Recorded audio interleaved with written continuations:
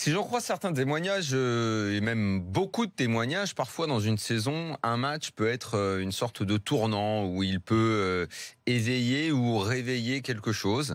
Euh, Tu sais, quand je fais les matchs le dimanche soir, j'écris le papier en même temps, qui est après sur le site d'RMC. Quand Lyon a mené 2-0, j'étais, je confie, j'étais en train d'écrire à ce moment-là. Je regardais beaucoup les visages des Monégasques. Beaucoup étaient complètement à la rue.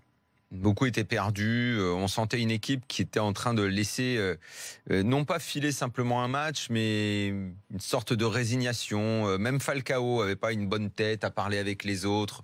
Il y avait pas grand-chose. Il y a eu cette action de Keita Baldé, action solitaire. Il s'est fait son but tout seul. Il a mis un but.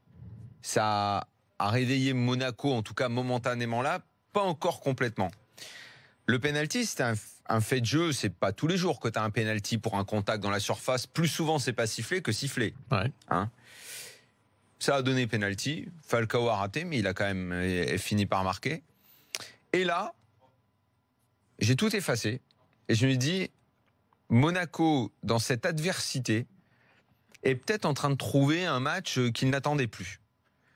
Jardim a un petit peu changé d'attitude. Les joueurs, dans la simplicité du choix tactique qui s'offrait à eux, c'est-à-dire on est 10, on va descendre le bloc, on va attendre maintenant, et puis si on a l'opportunité d'un contre, pourquoi pas. Et en plus, ils ont eu plusieurs occasions.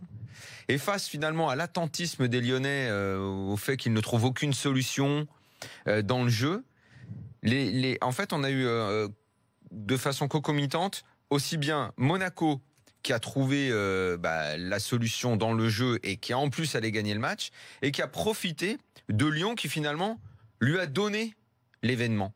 Lui a dit, écoutez, comme s'il lui avait dit, écoutez, nous là franchement ce soir on va rien faire. On va rien faire, notre coach il trouve rien du tout. S'il y a un moment où il faut y aller, c'est maintenant, quoi. Notre coach il trouve rien, nous on va pas en remettre, déjà on en a mis 2 au tout début pendant que vous dormiez, c'est un miracle, donc les gars, si vous voulez relancer votre saison, c'est maintenant. Monaco l'a fait. Et la joie à la fin avait quelque chose d'assez étonnant quand même. C'était Jardim qui court comme ça et tout, on l'a pas souvent vu faire ça. Et je pense qu'effectivement ce match peut être une sorte de tournant. Si Monaco avait perdu, je pense que la deuxième place c'était Lyon-Marseille.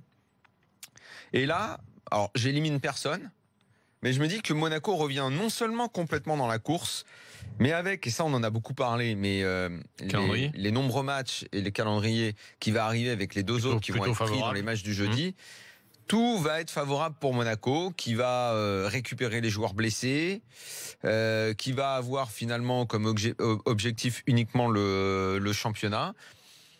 Bon, certes, il y aura la finale de la Coupe de la Ligue, mais pas de confrontation directe, si je me trompe pas, avec. Il va y avoir un match au Parc. Il va y avoir le match avec Paris, mais avec l'OM et Lyon, non. C'est bouclé.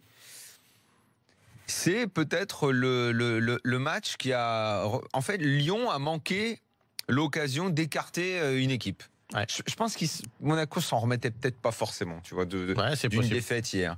Alors, j'affirme pas à 100%, mais les impressions que j'ai eues hier et encore plus aujourd'hui, c'est ça. Finalement, Monaco, à travers ce match-là, peut engager une dynamique qui peut finalement porter l'équipe à la deuxième place. Mais surtout qu'ils ont accumulé tellement de mauvaises nouvelles juste dans la soirée d'hier que maintenant, on va y avoir que des bonnes nouvelles qui vont arriver, c'est-à-dire des joueurs qui reviennent et la dynamique qui est peut-être relancée.